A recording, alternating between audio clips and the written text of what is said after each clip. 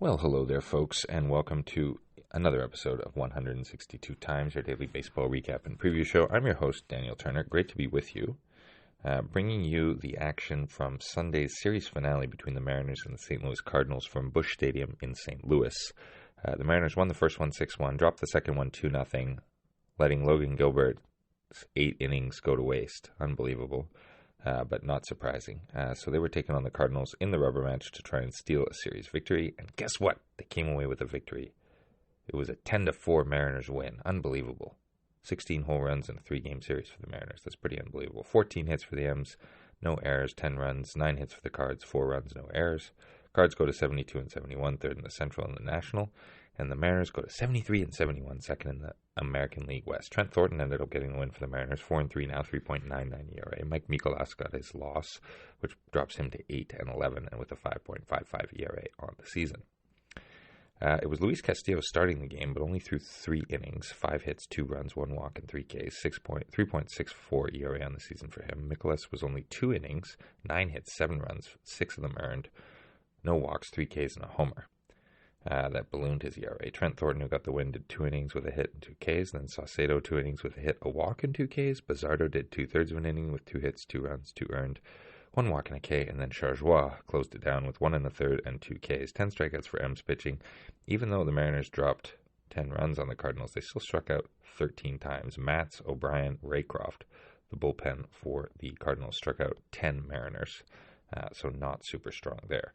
But let's talk about the scoring. So how did it happen? Well, big 5-run first inning. First it was Cal Raleigh singling, scoring Julio. Then Luke doubled, scoring Cal and Randy. 3-0 Seattle at that point. Mitch Garver then singled and allowed Luke Raley and Justin Turner to score to make it a 5-0 game. Good for you, Mitch. Top 2, Randy homered, 19th of the year. Julio Rodriguez scored.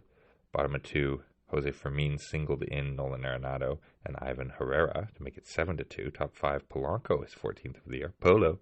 Justin Turner scores 9-2 Seattle at that point. Bottom of 8, Jordan Walker doubled in. Matt Carpenter and Ivan Herrera again, 9-4 at that point. J.P. Crawford then doubled in the top of the 9th to bring home Luke Raley, make it a 10-4 final. Awesome work by the boys in that one. Raley looking good in the cleanup spot. 2 for 4, 2 runs, 2 ribbies, and a walk. Turner, 2 for 3, 2 runs. Polo, 1 for 4, 1 run, 2 ribs. Not bad, not bad, not bad. So the Mariners will then have a day off, and then they will look to take on the strong Padres of San Diego on Tuesday, September 10th. And in that game, they will be facing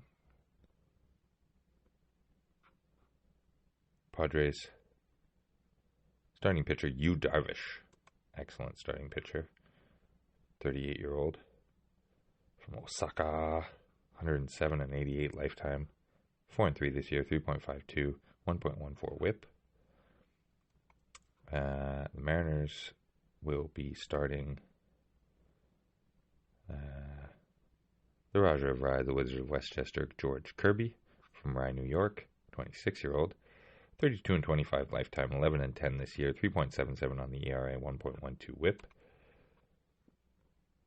This game will be in Seattle, so leading off for the Padres will be Luis Arias at DH, then Fernando Tatis Jr. in right, Jurickson Profar in left, Manny Machado at third, Jay Cronenworth at second, Xander Bogaerts at short, John Merrill, Jeff Merrill, Jack Merrill in center field, Solano at first, and Higashioka behind the plate. Higgy. Mariners will be going with Robles in right, Rodriguez in center, Raleigh at catcher, Arozarena in left, Raley at first, Turner DHing, Polanco at second, Crawford at short, Rojas at third, and he's in the 9-hole. So, hoping for good things from the Mariners. Thanks very much for listening. But before we do go, we will recap the scores from Sunday and Monday, because that's what we have to do, and we had to skip a day because of our busy work schedule. But let's just bring you up to speed on all the scores. So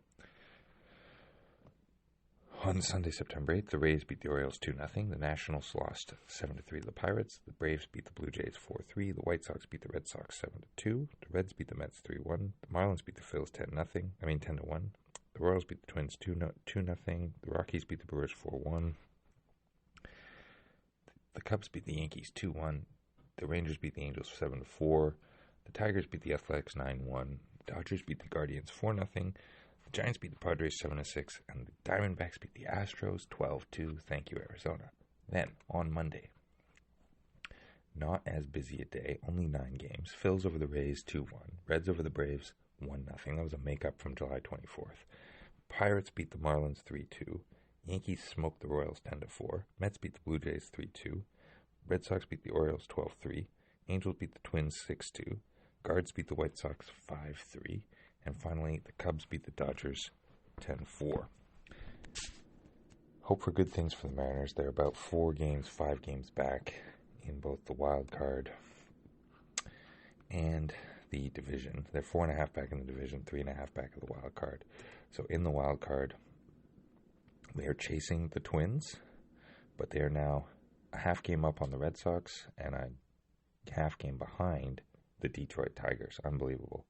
They still have the best run differential from any team that isn't the Royals or Orioles, who have 2.5 and 5.5 game cushions in their wild card berths, respectively. So, also the Chicago White Sox have lost 113 games so far, which is pretty remarkable. All right, good night, folks.